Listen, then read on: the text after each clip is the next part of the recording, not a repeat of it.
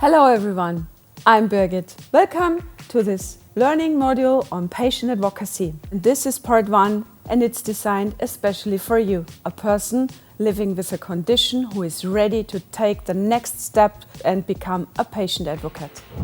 Here you'll learn what it means to take on this new, more public role, to speak and communicate about your condition with confidence, authenticity and self-awareness. We'll talk about support, explore useful tips and also look at the small but powerful word no. You are entering a new stage in living with your condition, one where your voice, experience and presence can make a real difference. This module gives you a first toolkit for stepping into the space to be visible, informed and human, because advocacy starts with your story.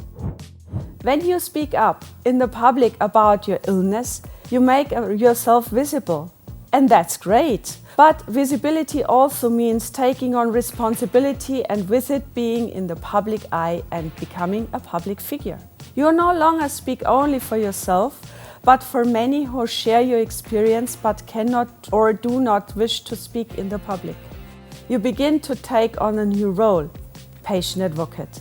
This new role is a strength, but it requires courage and awareness. Some will envy you because you dare to speak out. Others will disagree with you or bombard you with questions and requests for help. Many of these questions are easy to answer, others are exhausting or too personal. That's why you need to learn an important word. No.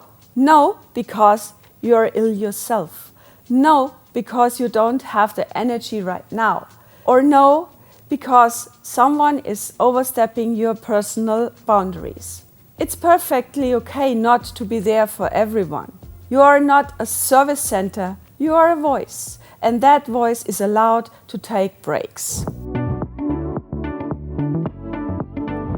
You still have much to learn, young advocate. When you are in the public eye, you make yourself vulnerable, so knowledge can become your lightsaber and, when used correctly, enable successful arguments. Therefore, before you step into the public eye, learn about your illness, the people who live with it, trends, but also the legal aspects. This is part 1 of knowledge. It is knowledge that remains, but you should always keep it up to date. Part 2 is knowledge is more short-term. It is knowledge about fellow campaigners or fellow debaters. Before you enter a meeting room or a stage, be informed and be prepared about the topic, about the event, the people who will be speaking there.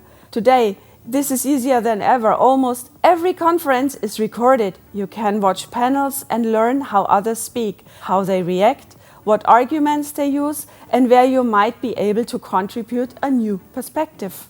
Those who are well informed speak with more confidence. If you can explain your condition clearly, calmly, without panic or pathos, you will automatically sound competent. Talk to others. Exchange ideas with your patient organization, your team or your support group. They will help you to set priorities, understand the bigger picture and achieve important goals together. When you speak public, remember, I am telling my story, but I'm also representing a perspective. You are now a representative, not an isolated case. That's why it's worth thinking in strategies. What do you want to achieve? What are the goals of your organization or group? What do you want your audience to take away? What message is so important that it should stick?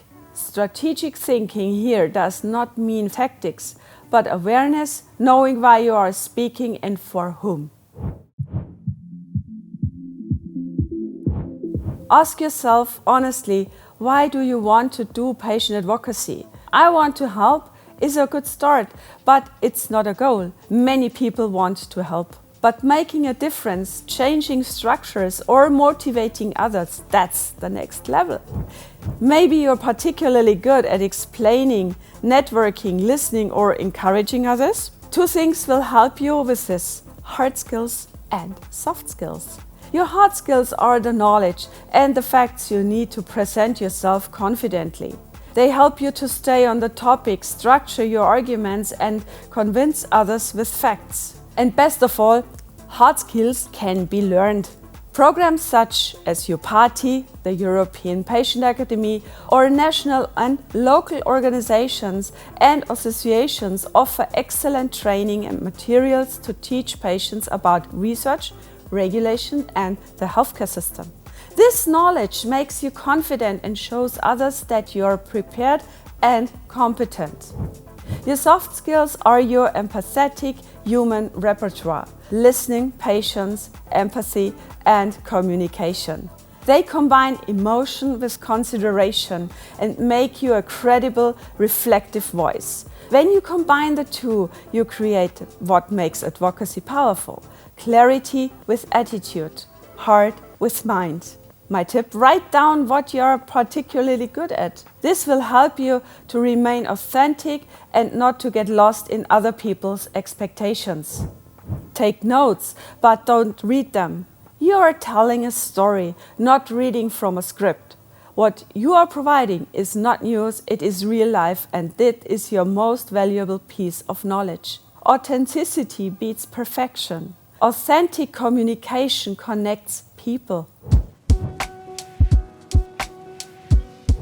Smiling is allowed. Why? Smiling kills the drama, baby. You can laugh with the people too. Especially when it comes to serious topics, humor helps break the ice. Large events, business attire, hall microphones, all of these things can be intimidating. But remember, the people sitting there are just people too, and they like to laugh. A genuine smile or a spontaneous, humorous moment can diffuse a situation and make your message clearer. Too much drama is distracting. You want people to hear your words and take in your message, not just your emotions. What often helps: involve your audience directly. Right? Or do you know what I mean? At the end of a sentence opens up the space, make you approachable, and ensures that people nod inwardly. Make conscious use of your wealth of experience. If you are speaking as a patient, you have experience with doctors, health insurance companies, or authorities. Use them. Tell them what you have experienced, but without drama. Reality and facts have a stronger impact than tears and help to create understanding, distraction from pity. So it's not about coming across as smooth, but as genuinely informed and aware. That's much more powerful, and it sticks. Meeting rooms can be really overwhelming. Everyone feels this way. They are all just people. And sometimes they are those little beacons. People who smile and seem friendly, who simply shine in a sea of grey suits and costumes. Hold on to them a little, they will support you, but don't stare at them. If you find it too difficult to speak or to put yourself forward, just say so. Telling your story is not easy, neither talking about people who live with your condition. But doing so is courageous, and admitting weakness is even more courageous. A sentence like "I'm sorry, but it's very difficult for me now" earns you respect and often relief in the room. Because in that moment you leave the super professional atmosphere and the bases become more human. Moderators are your bridge. They lead panels or discussions and can help you to find your words to support you when you get flustered. They are your lifeline. My tip is, especially in the beginning, take someone you trust with you. They can take notes, observe, or just be there. This is invaluable and gives you the feeling that you are not alone. Humanity creates connection, and that's exactly what resonates with the audience. After panels or discussions, many people often approach you. They want to talk, ask questions, take selfies, or make comments. Sometimes this is enriching, sometimes overwhelming. If you feel you need a moment to yourself, take it. Say politely, "I appreciate your interest, but I need a short break." Feel free to write to me. I'll get back to you. This is not rude, this is self-protection, and it separates genuine interest from curiosity. Those who really want to make a difference will get in touch later. A pro tip after the conversation: jot down a keyword after a long day. Faces and names tend to blur. A short note, such as "journalist asked about patient participation," will help you to follow up later.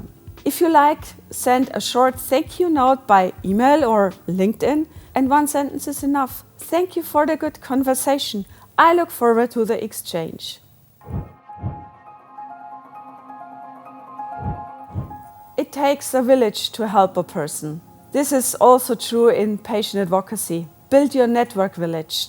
A network doesn't happen overnight. It grows slowly, steadily, with trust. You won't stay in touch with everyone, and that's perfectly fine. The important thing is to learn early on to sort through them who inspires you, who helps you grow, who is simply a good person to have a coffee with during a conference break. A stable network supports you with knowledge, contacts, advice, or simply through humanity. And if you are a reliable partner yourself, you will be also helped when you need support. But beware, networks thrive on give and take. Sometimes you help simply because it's the right thing to do, not because you expect something in return. That's not calculation, that's humanity. That's exactly what patient advocacy is all about. A good network is not coincidence. It is a village that you build with your heart and your attitude. You dare to show yourself. That counts. But patient advocacy is not a sprint, it's a marathon. Many of the changes you see today are the results of years of dedicated work. Some examples. In 2025, the European Medicines Agency launched its first public consultation to incorporate the perspective of patients more strongly during drug regulation. This was no coincidence. It was the results of years of advocacy work.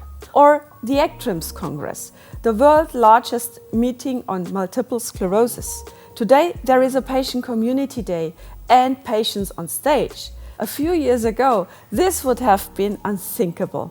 Successes like these show that change takes time, patience, and good arguments. Patient advocacy is not a new phenomenon. It is a traditional craft and has grown over decades with conventions, routines, and sometimes resistance to new ideas. But we are living in a time of change, culturally, socially, and digitally. This makes patient advocacy all the more important because we are entering new, probably unknown phases of existing healthcare systems, and this is a moment for active participation. So stay open, stay innovative. Your voice is not an echo, it is a beginning, and it counts. Well done! You have explored what it means to speak up, to protect your boundaries, and to share your story with clarity and confidence. You now have your first toolkit: awareness, authenticity, and courage, and that's a solid foundation.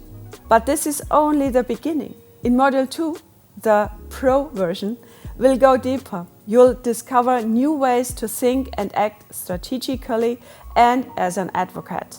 We'll explore proven methods like the PICO framework, learn how to structure arguments, and use practical tools that help you plan and communicate more effectively.